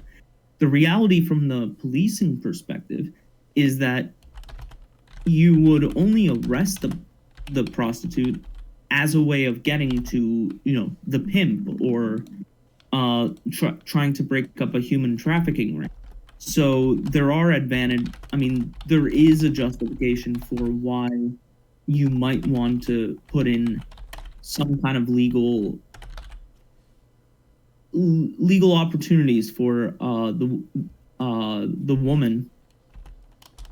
But of course you wouldn't like charging the woman with murder doesn't make sense. No. Even if you agree that charging the doctor with murder does. Logically speaking, like if you're just looking at it from a purely logical standpoint, logically speaking, it wouldn't be that far-fetched to charge the woman. But that doesn't mean it's a good idea. It doesn't mean it's like morally correct, because we're also talking about someone like, if it's a woman that's like grabbing the coat hanger to get rid of the kid, like she's clearly not in a stable state of mind. This is not a malicious person. This is someone that's freaking the fuck out. So I view that as being morally different. It's still not good, but I view it as morally different than a doctor that makes money as a profession. And I understand most of these abortion clinics aren't making a ton of money, but like the doctor himself is paying the bills from working at the abortion clinic. That's what I mean. So yeah, it's different between a person that does it professionally and a person that is freaking out and does it on the spur of the moment. I just view it as two different things. Right. So yeah. Well, I mean, you can also make the same argument, like if someone's freaking out because their abusive husband's coming home and they kill him, like, are they still guilty of a crime? I mean, at that point, like, I think that would fall under like third-degree murder, wouldn't it? Yeah, I mean, that's why we have like different degrees of murder and manslaughter and all the different sort of distinctions. I guess the conservatives could come up with like degrees of abortion cases. Mm-hmm. Like maybe a third degree, second degree, first degree. The doctors obviously get first degree because they're literally profiting from it. And maybe the average woman would probably see third degree, which, I don't know, maybe not even necessarily criminal, more of like a fine, some counseling, and, go home. But, yeah. I don't know. I honestly don't. I don't know the solution. I don't think criminalizing it is the right way to go, especially if you're trying to actually mitigate it. Because once you start talking about the criminal territory, people are just going to be like, "Yeah, fuck you, government. I'm going to do what I want." So, right. I mean, that's what we see with any kind of prohibition. Is it doesn't work. It increases the number of people that are interested in doing it because it, fuck the man. So yeah. Well, I'm even not like so. I used to be super hot on the well, prohibition doesn't work, so we shouldn't do it. But I'm actually kind of moving away from that. I understand that argument, but I still think that there are legitimate reasons for prohibition on certain things, like owning a nuclear weapon. Probably a good idea. There's a Well, prohibition on that. well, yes, yes, but like But we're like, also talking about something that's common versus complex. Like putting a prohibition on weed, good luck. Like, I mean, good right, luck. right, Prohibition, and like full prohibition on abortion, good luck. Like, go for it, but good luck. Um, I do think there and needs to even be some availability. Like, I am still well, begrudgingly pro-choice, but yeah, we even have a prohibition on murder, but we make exceptions for self-defense. right. Well, So that's just because there's a prohibition on something doesn't mean that there's not ever an instance where it's a good thing to do something that's considered bad. well. I think the standard that has always sort of made sense to me, and the reason that I still call myself pro-choice, is because I sort of look at it as the sort of like the reasonable guest standard. That's what I call it. And I don't know if there's like another name for this concept, and I'm just an idiot. But to me, it's is it reasonable are you responsible for someone that just showed up on your house? To me, the answer is no. And like this isn't like an analogy that I'm making for abortion, right? This is sort of like if it's the first day and you take the Plan B pill. I don't view that as being morally the same as 8 months in when you've had someone sitting on your couch the whole time that's relying on you for food, and then saying get the fuck out. It's just not the same. There comes a point where someone is staying with you. You've allowed it for so long that yeah, you do have some responsibility on like at least on the way out. But Right. if it's like a It's like weekend and you're saying like nah this isn't working, okay, fair enough. the closer the further from conception you get, the more I think most people are opposed to abortion. So Mm, I think even like people who are pro-choice they would not approve of a 9-month abortion or 8-month right. abortion or I think something. that's I, They don't think that happens very often, and I don't know that it does or not. I don't know the it. statistics on It that. does happen. It's not super Right, I common, know that it does but happen. I mean even one of those happening is like seriously why the fuck did we allow Right. this? Um, Well, that kind of seems like the position of the Democrats now is like well, there's four positions basically. There's pro-abortion, right? That's like the all the way to the left of this. There's pro-choice, which is where I'm at, which is like the actual pro-choice, where it's like I don't like abortion, but if we need it, okay, let's talk about the line of where we say okay, it needs to cut off here. You've got pro-life, and then you've got like that's I think would be very similar to pro-choice, where it's like okay, I just want it closer to the point of conception, sort of like Georgia, right? Um, yeah, like a heartbeat bill. Right, where it's definitely leaning pro life, and then you have like the anti-abortion side that's like no abortions ever. Shut the fuck up. So yeah, I think it's worth delineating that there's four pretty distinct positions on this. Although the middle two are similar but distinct enough that there's delineation worthy there.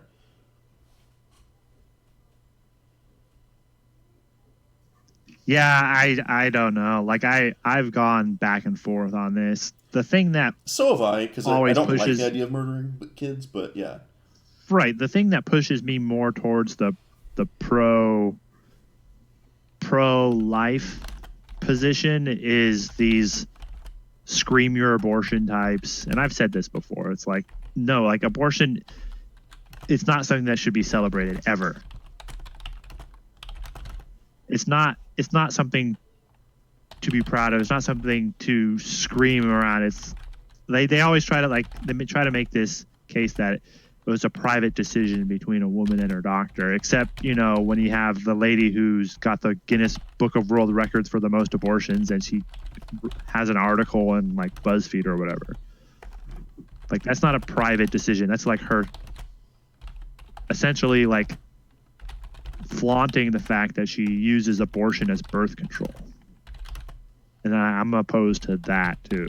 Like, it's not a form of birth control. I mean, I guess technically it kind of is, but it's not. It should not be used that way.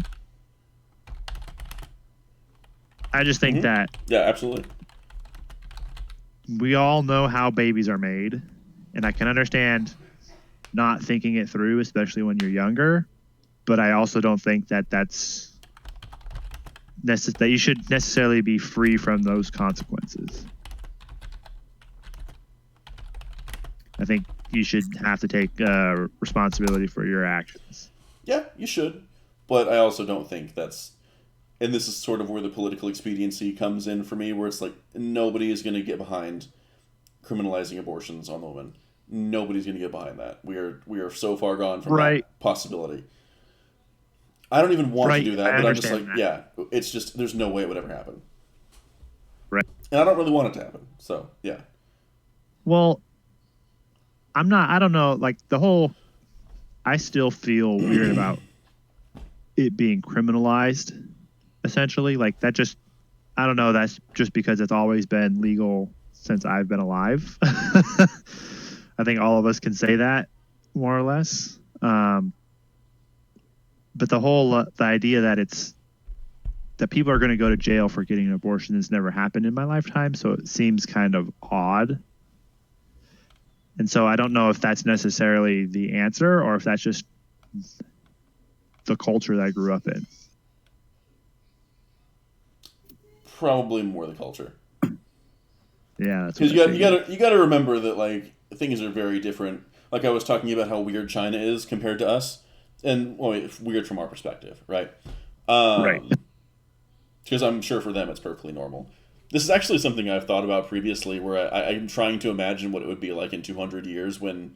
Because, I mean, as much as people like to say, I would never want to live hyped up on happy drugs, I guarantee you that in 200 years, when most people probably are hyped up on happy drugs, they're probably going to look back at us saying that you need to take on responsibility and, like, burdens and all that. They're going to look at us like abuse victims. I don't know, man. That's not... You're talking about the... Well, what was that book? Dang, I forgot what it is. Brave New World. I am telling you, in like 200 years, when they're all hopped up on happy drugs and they're just happy all the time, they're literally going to look back at our opinions on, burdens and suffering and all these things and be like, these guys were literally just making excuses for their own abuse. I'm going to say. In 200 years, maybe. I mean, is offline. What? Never mind. There it goes. It's back up. Haha. We're back. All right, but it was back. That was a derail anyway. I think the last thing we want to talk about is Yang and UBI, right? Yeah, let's leave that abortion question, I guess. Yeah, we can solve abortion some other time. Right, yeah. We'll figure it out. We'll figure it out later. That's right. I did one last thing I wanted to say about, not about abortion specifically, but just about one of the articles I read was a USA Today article. It's a media bias thing. And basically the author said the approval came a day after 25 white male Republicans in the Alabama State Senate, blah, blah, blah, blah, blah. And I'm like, if this were mostly black men, would she say 25 black male Republicans? No, but I think we all women. I think we all know the excuse for that one. Historical marginalization, right. Systemic racism, all like the laundry list of excuses for their own bullshit. Well, the bill was sponsored by a woman and signed into law by a female governor, both of whom are Republicans. So yeah, but who cares? Like it's really weird because if you just looked at liberal media, you would think that the idea of a conservative woman is like a fucking unicorn. Right. It's really strange. I think the people that I know that are most avidly pro-life are women. Well, that's what I'm trying to tell some of my friends. It's like, look, guys, this isn't men versus women. This is if you're like staunchly pro-choice, the people you need to be talking to are very likely pro-life women. They are the ones driving this. Right. They are the main political force. They are the driving voting body. If you really want change in the way that these voting patterns are going and abortion laws and all that, you need to be talking to the women. They're the ones in control right now. The female voting base has the power. They're the ones you need to convince. All right, that was just the last thing I wanted to Okay. throw in there real quick. Sorry.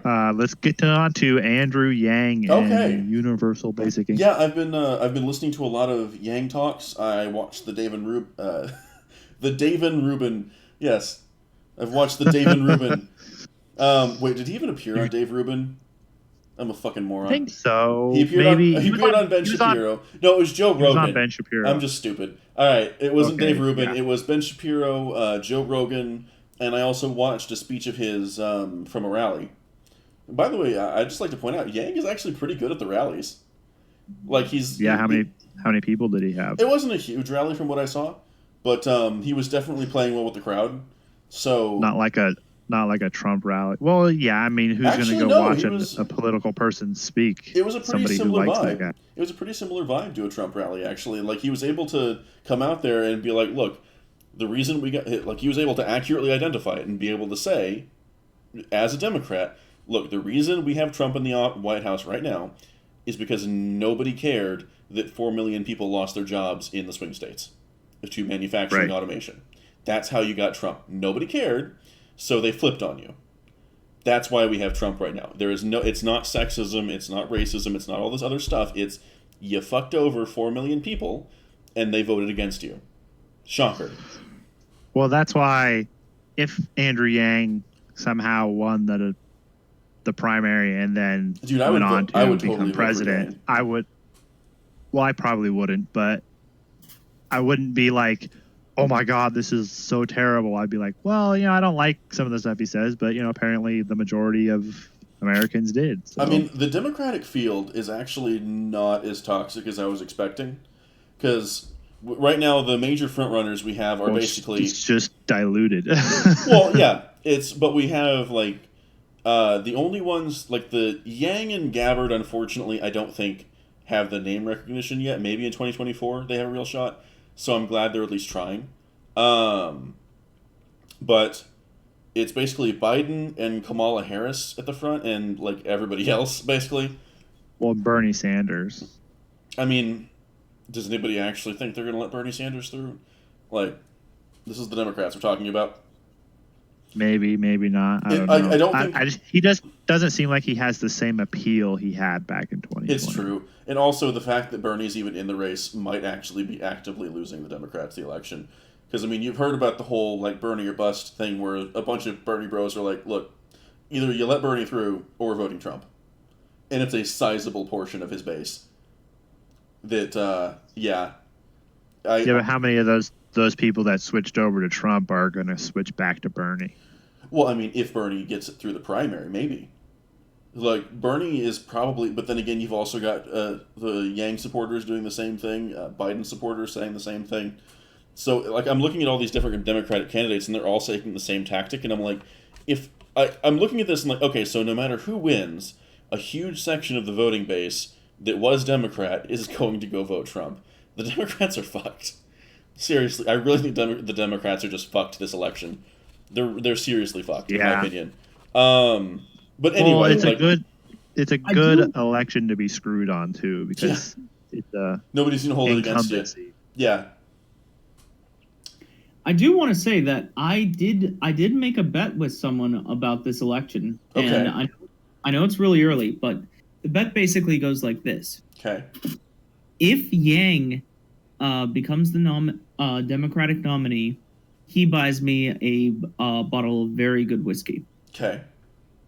If Yang becomes the nominee and loses to Trump, then I buy him a bottle of very good whiskey. Okay.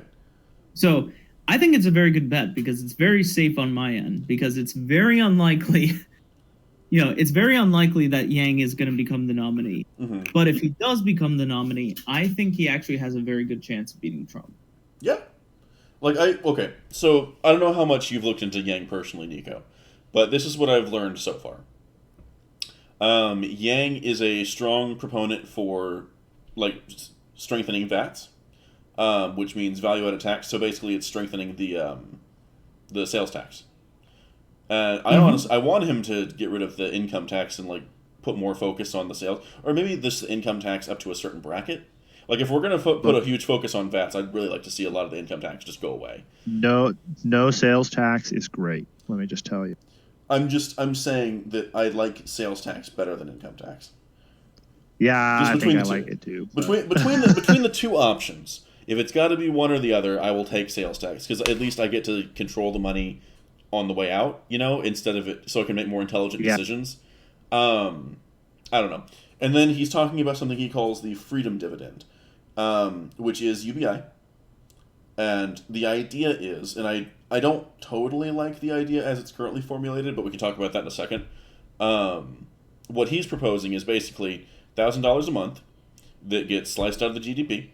The idea being, instead of presenting it as welfare, he wants to present it as, you're an American. This is your slice of the GDP. This is your dividend from the productivity of the country.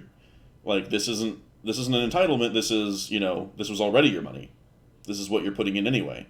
So yeah, this is part of the American dream. So I don't totally hate it. What I want him to do personally is instead of chaining it to a specific dollar amount, I'd like him to chain it to a specific percentage of GDP, so that it's not actively destroying inflation, so that it's not it's actually like people can look at their UBI check going up or down and be like, oh, the economy's doing bad or the economy's doing good.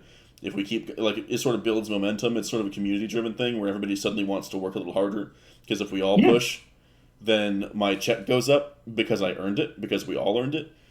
That's what I would want to see. If we're really talking about UBI, and it also means that if we do go into a recession, it makes sense that the government wouldn't be paying out as much because they can't afford it. So to me, a percentage makes more sense. But yeah. Well, you're going to still have the problem of the people that don't contribute. They would get more too if everybody else is contributing. You would, but I mean, I'm not that worried about it because people that are just determined to be lazy are gonna not work no matter what. Like that's just, go outside and look around. Look at the beggars that are on like every freaking highway corner. Right. Like people that are determined the people that are just determined not to work are gonna not work. Like there's always gonna be that section of the population. So in my thinking, I prefer to just sort of slice them out of the equation and be like, look, those guys don't matter for this conversation because they're always gonna be there. What are you gonna do? Yeah. So I agree with that, and I've on Twitter I've actually made that point that it should be very clearly tied to some marker of how the economy is doing. Yeah, because I think it could actually be a community driven thing. I think it could be like an American pride thing where it's like, hey, our UBI check is going up every year. Look how great we're doing. Yeah, no, exactly. The only other concern I have about it is I wish that in tandem with this, Yang also seem tougher on immigration. And I know compared to other Democrats, he's probably among the toughest on immigration. But still, if you're going to propose, I think Gabbard would be the toughest on immigration. Yeah, you're probably right. But my point is, I love me some Tulsi Gabbard, by the way, too. That's why I'm actually kind of sweet on this Democratic field. My point is that if you're going to do this, it seems like it would suddenly be another incentive for people to come here. Well, that's actually another thing I want to talk about with Yang, because he did actually address that, where he's like, look, you can't have this kind of UBI, this kind of American dividend, this kind of freedom dividend with weak borders. It doesn't make sense. You can't do it. You can't take in everybody and then give out, because it's one thing to give welfare where at the very least anyone coming here and illegally taking them has to jump through some serious hoops. If it's just someone coming here and receiving UBI just because, that's a problem. So yeah, I think Yang would actually be, besides Gabbard, probably, you're right, the strongest on immigration. Because he seems to be very keenly aware of the fact that, yeah, it's an incentive for people that don't have a lot to illegally make their way here.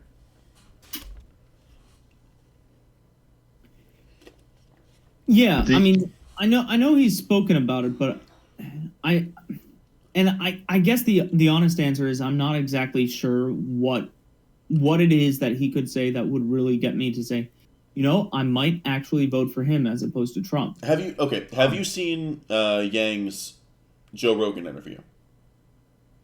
I saw parts of it. I didn't watch the whole thing. Give the whole thing a watch, because he does talk about immigration, and if there like honestly, it was the Joe Rogan interview that got me like actually interested in Yang, like seriously interested. So Okay. give it a shot. Because All like right. I saw the rally where I was like, this guy's actually pretty good with the crowds. He seems to understand why Trump is president. He seems to understand that it's not just shitty people voting in like fucking blonde Hitler or like Cheeto Hitler, blonde Hitler. But yeah, like he seems to get it, and he's if there's any person that can actually put the economy, like he is an economist, he's like a real economist, he's not an AOC economist. Freaking accounting errors are money. We could pay for welfare with that accounting error. Like, Jesus Christ, fucking AOC. I don't understand her. Anyway, yeah, he's like a real economist. This is something he's done before. He has really good connections with all of these different industries. He's really tied in. He seems to be like the perfect person for what we need to like get a lot of this going in the right direction and addressing the issues of automation and addressing the crisis that's around the corner that none of us are talking about. He's the only one talking about it. So yeah. I mean, as far as the Democrats go, like I like him, but I mean, for me, there's always going to be the issues of voting for pretty much just because of the stance on abortion, gay marriage, issues like that. I get it, but I don't think Yang cares too much as far as like abortion and gay marriage. I don't think that's a focus of his. So Right. even if he disagrees with you on those things, I don't think he would actually really do anything. Oh, like in that regard, like, I don't think he would actually change anything because he's got bigger problems. He's got Well, like from at least from his perspective. I get that, but it's the running as a Democrat. Essentially, what will he owe and to whom? Sure. If he somehow managed to get elected. Yeah, I mean, I guess he could be bought off, but I mean, okay, well, that's probably fair. he's got to appeal to the rest of the base that cares about some of those issues too.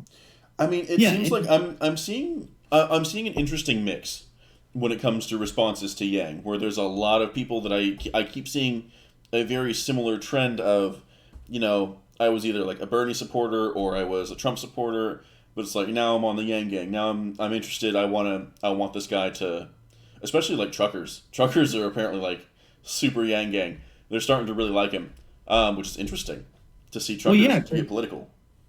He's basically like he's kind of their guy. Yeah, right? He's basically their guy. Like if you're a trucker right now, you should definitely vote Yang. He is like the one guy that's trying to help you guys. That's like directly trying to help you guys before it gets bad. So yeah, any truckers out there, Yang is seriously your guy. Well, my problem with UBI, generally speaking, is there's two problems. One is sure. You need to, for me, if you want UBI, get rid of all the other welfare systems, or at least like very, very limited them. To clarify, what Yang proposed as a solution to the problem of current welfare enrollment was basically, if you make more than 1,000 in welfare, this changes nothing. If you make more than 1,000, like you're not going to get an extra 1,000 on top. You're already getting your 1,000, right? Right. So that doesn't change anything for those people. But if you're not getting your 1,000, he's basically hoping that this will become a substitute for welfare because it's A, less complicated. B, it usually prevents a lot of it. If you have money in your pocket to deal with certain issues in the first place, he's proposing that it's less likely that you end up in situations where you need welfare in the first place, such as homelessness, dependency, drug use, all these things that come with not having enough money for basic things that will lead you to like direct poverty, right? Just bad decisions that will create poverty in the first place, and then the real problems start. So that's sort of what he's hoping for. He's Right. he's basically saying he's basically couching a lot of the savings as far as UBI goes, because I know it sounds counterintuitive, but he's couching a lot of the savings on the idea that if someone is homeless and now can at least afford something, somewhere to live, right? That means they're not on the streets. That means that they're less likely to be begging. They're less likely to be injured. They're less likely to be doing drugs on the street. They're less likely to end up in the emergency room. That's the big one, the emergency rooms. As Well, far for as me, like costs for it'd the be homeless. the cost savings would come from limiting the welfare bureaucracy. Well, yes, because It's like what he's it's easy. hoping. It's easy just to say you get $1,000. Everyone gets $1,000. It's easy to just to dispense that $1,000. Yes. Well, Especially like electronically. what he's hoping basically is the idea that instead of directly attacking welfare, what he would do is set up a situation where it makes more sense for the average person to sign on to the freedom dividend instead of welfare. So it becomes like a soft replacement, because he knows that he can't just kick everyone off their welfare rolls and expect that to go well. That would be amazing. but what he can do is offer an alternative that gets people to voluntarily leave those roles and like diminish the relevance of those programs over time. Right.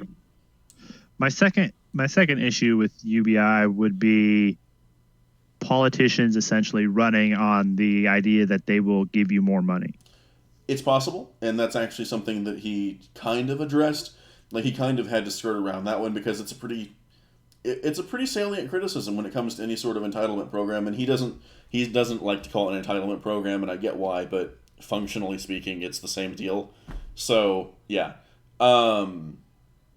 basically he'd be saying just like we're gonna have to trust our politicians. But I mean, the truth is, when it comes to UBI, as our GDP grows, if it's supposed to be a dividend program, and we're supposed to be getting a percentage anyway, like I think change it to a percentage, which would naturally mean that over time the amount would actually be going up naturally.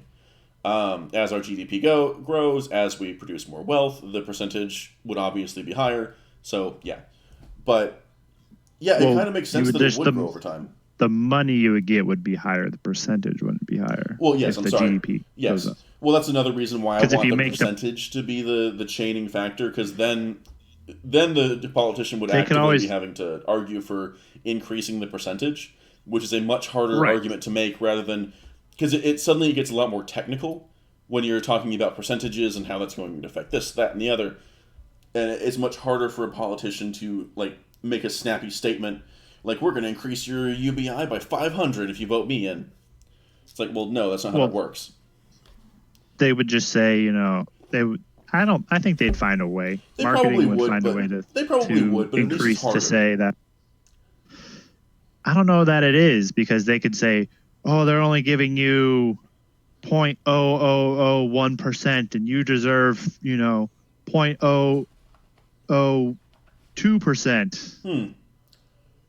Something like that. It's like nobody can live on that much, like, because that's always the criticism is this failing welfare system is only failing because there's not enough money in it. Yeah. Well, so it just needs more money. If those greedy politicians would just give us more money. I think Yang does need to put some sort of provision in the bill that at least protects it from just being ballooned. Because that's a problem that most of these welfare problems have, is that there's absolutely no protection from politicians in the bill that like states how it gets amended, how it gets changed. Because I honestly think a program like this deserves almost its own constitution, with like rules and regulations and how it's allowed to be changed, when it's allowed to be changed, under what circumstances, and what those circumstances allow you to change, and just put it under some serious red tape and say, look, guys, if you're going to change this, it's a long process. At least its own amendment. Like I think maybe if you're actually going to do it, make it a constitutional amendment. Yeah, if it's supposed to be a freedom dividend and it's supposed to be that sort of thing, yeah, maybe he needs to rally at like a state convention or a convention of states. Mm-hmm. I don't hate that idea. I still think like I want a percentage. That's what I'd propose. I think it makes more sense to me. But however he does it, however he does it. Yeah, I think a percentage is better than just a flat rate, because then the flat rate could always it's easier to just say, well, $1,000 is not enough for someone to live. And in Right. some places it's not.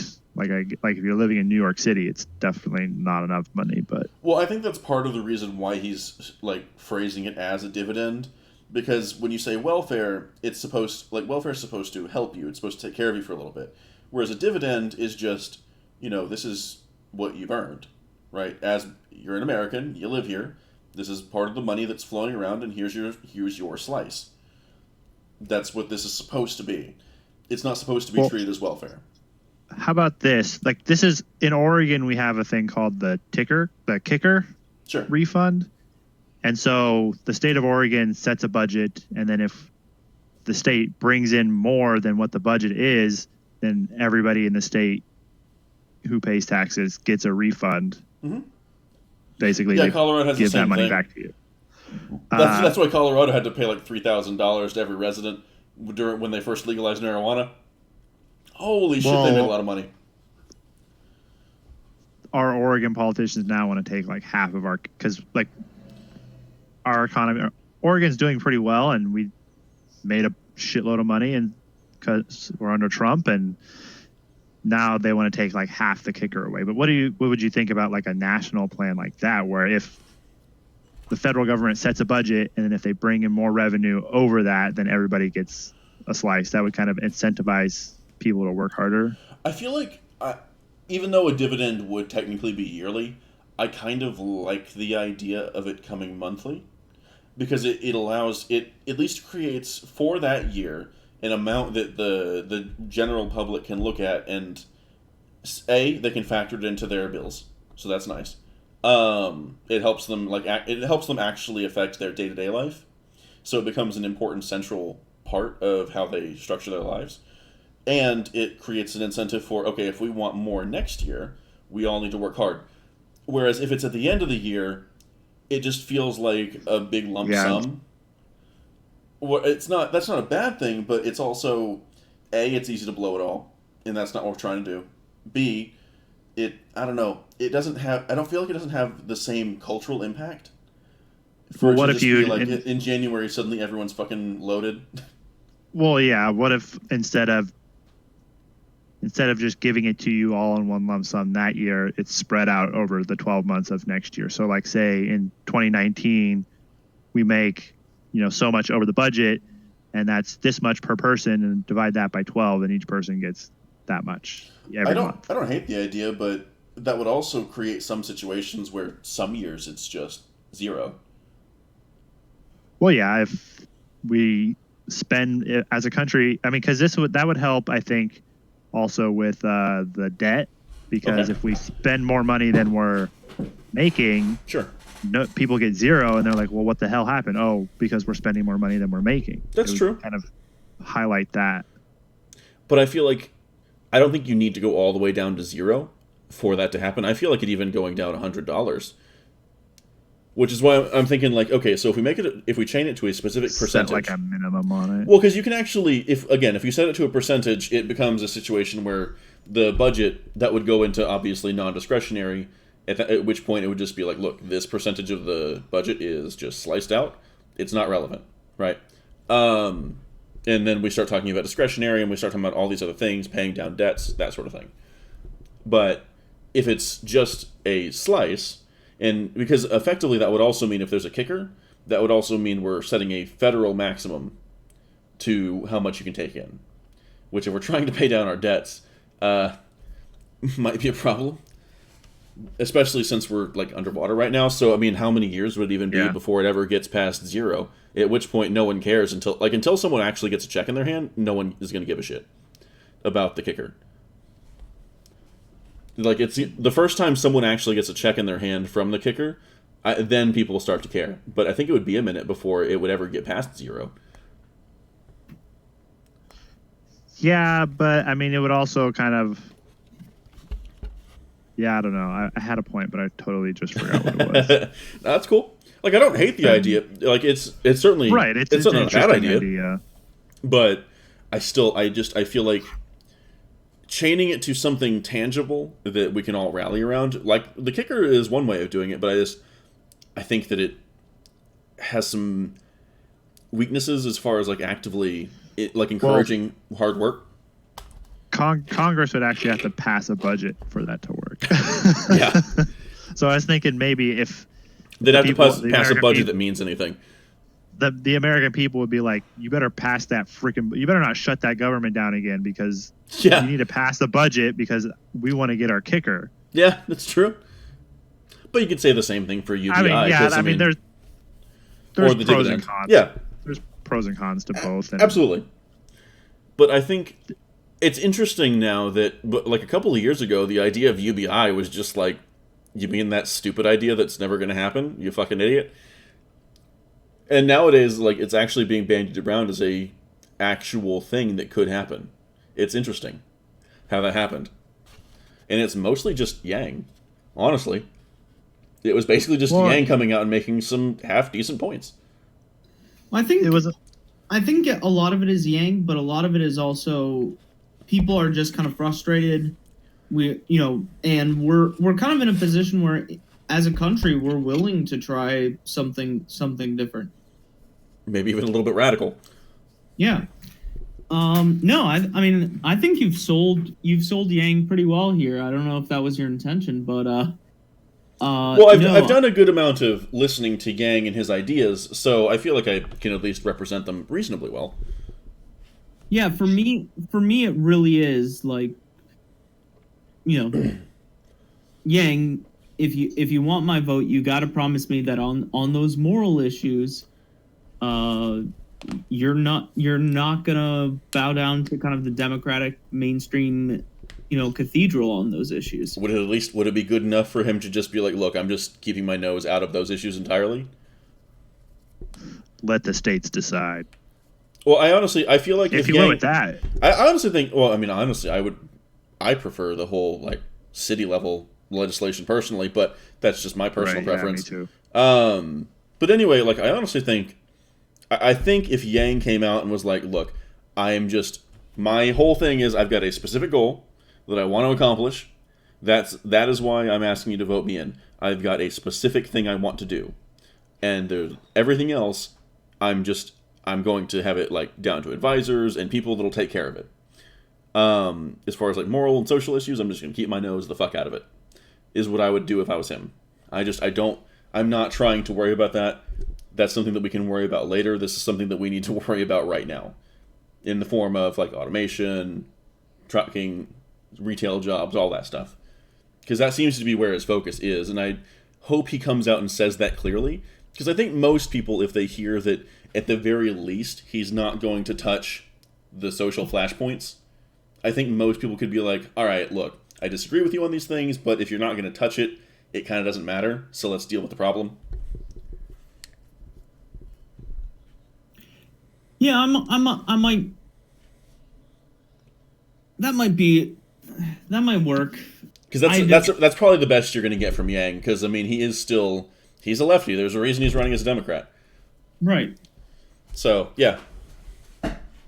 But does I'm not going to touch those things mean, if a Democratic Congress were to put a bill to me to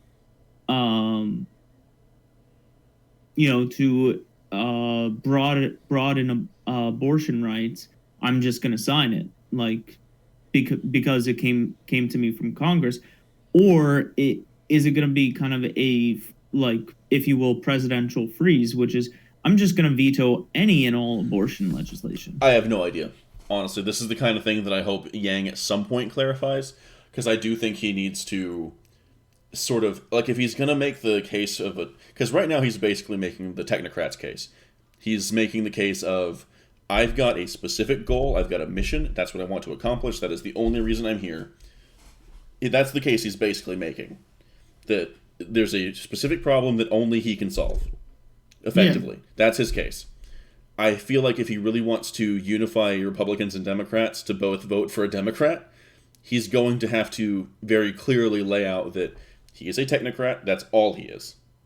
Because if he touches the social flashpoints, suddenly you've got Republicans and Democrats on his team bickering over things that are irrelevant to his candidacy. Mm-hmm. So I hope he makes a real technocrats run instead of trying to get bogged down in all of these other things.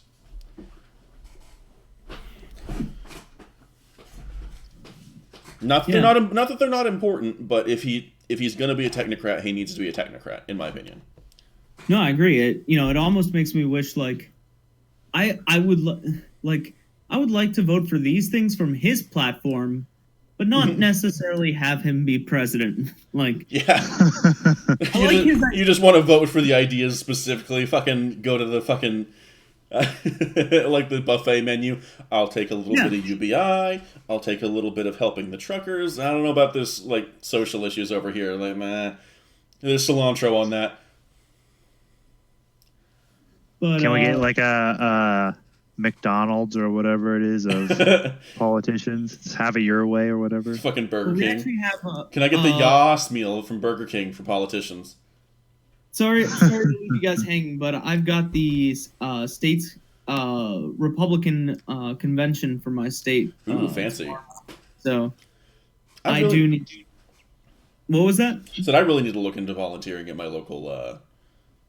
I'm so conflicted over whether or not I should be volunteering for the Republicans or the Democrats. Because I'm not a conservative, but the Democrats are fucking insane. God damn it. We have our Central Committee meeting tomorrow too. Fuck it. I'm gonna go be a goddamn progressive Republican. Fuck this whole place. Let's just flip it the whole thing. It really might come down to it depends where you live and what you're trying to do, because I live in a city where I know there's no chance a Republican's going to get elected. Sure. Me too. But we can have a lot of fun, because pretty much if I want to bring anyone on board, I can. We have the space available for it. I'm guessing it doesn't pay. No, it doesn't pay. Yeah. Does not at all. But yeah, I need to go. So all right, man. Good night, guys. Good night. Later, man. Well, on that point, I think I basically made the Yang case. So I think we can go ahead and wrap it up. Yeah, with Yang, it's like I probably wouldn't vote for him, but I wouldn't be super upset if he won. Sure. Well, that's kind of how I feel about a lot of these guys, because I'm looking at Gabbard and I'm like, okay, she's almost a moderate Republican, like a super moderate Republican, but she's running as a Democrat. So I'm like, I really don't understand why the Democrats aren't more interested in Gabbard. I don't get it. It's like, look, because she sounds like a moderate Republican. She's got general appeal. She is a Democrat. She's a woman of color. She's a woman. That's first female presidency, guys. Come on. They're more interested in going further left than they are, because that's where the media is, and the media does have a lot of power. But Gabbard's actually a good candidate, and she could be the first female president. Yeah. Well, we could talk about. Boo. If you want to listen to her, we could talk about her next week. Fine. Fine. And for anyone that's stuck with us, hi, by the way, you're fucking beautiful. I am going to be taking this episode. I know I was supposed to do it last week, but I lost the recording. And start chopping it up. See if I can't put it out throughout the week. Maybe get some clickbaity titles in there. Nico's in favor of annexing who? Right. Disavow. I disavow. Yeah, put that in the title. I disavow. All right, guys. Thanks for tuning in.